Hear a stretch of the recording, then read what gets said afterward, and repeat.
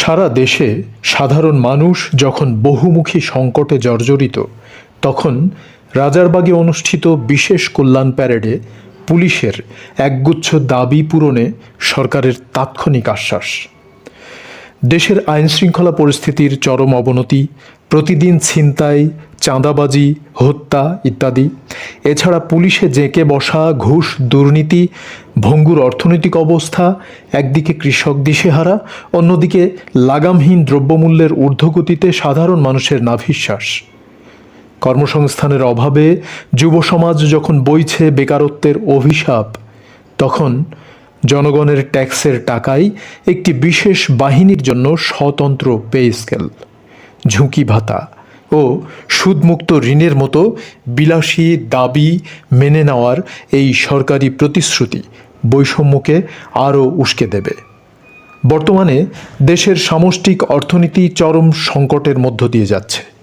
Reserve সংকট ও রাজস্ব ঘাটতির এই কঠিন সময়ে পুলিশের অতিরিক্ত 50% ওভারটাইম বিল, ঝুঁকি ভাতা ও সুদমুক্ত মোটরসাইকেল ঋণের মতো দাবিগুলো সরকারি কোষাগারের ওপর বিশাল আর্থিক চাপ সৃষ্টি করবে।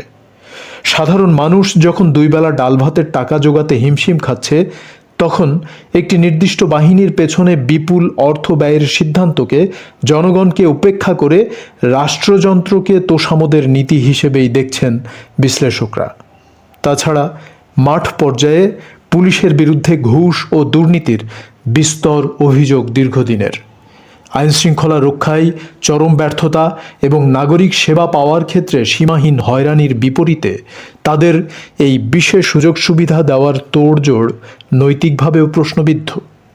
যেখানে বেকারত্ব দূরীকরণ ও দ্রব্যমূল্য নিয়ন্ত্রণে সরকারের দৃশ্যমান কোনো কার্যকর উদ্যোগ নেই, সেখানে পুলিশের অবকাঠামো উন্নয়ন ও বাড়তি ভাতার দাবিকে অগ্রাধিকার দেওয়া চরম বৈপরীত্যের শামিল। প্রযুক্তি ও মানসিক স্বাস্থ্য সেবার দোহাই দিয়ে যে সুযোগ চাওয়া হচ্ছে, তা সাধারণ নাগরিকদের ক্ষেত্রে আরও বেশি প্রযোজ্য। অথচ সাধারণ মানুষের মৌলিক চাহিদাগুলোকে একপাশে সরিয়ে রেখে সরকারের এই অতি তৎপরতা প্রমাণ করে জনগণের কল্যাণ নয়, বরং নিজেদের ক্ষমতা সুসংহত রাখতে আইনশৃঙ্খলা বাহিনীকে তুষ্ট রাখাই এখন সরকারের প্রধান নীতি। দর্শক, আপনি কি মনে করেন দেশের বর্তমান সামগ্রিক অর্থনৈতিক পরিস্থিতি বিবেচনায় পুলিশের এসব দাবি মেনে নেওয়া যুক্তিসঙ্গত?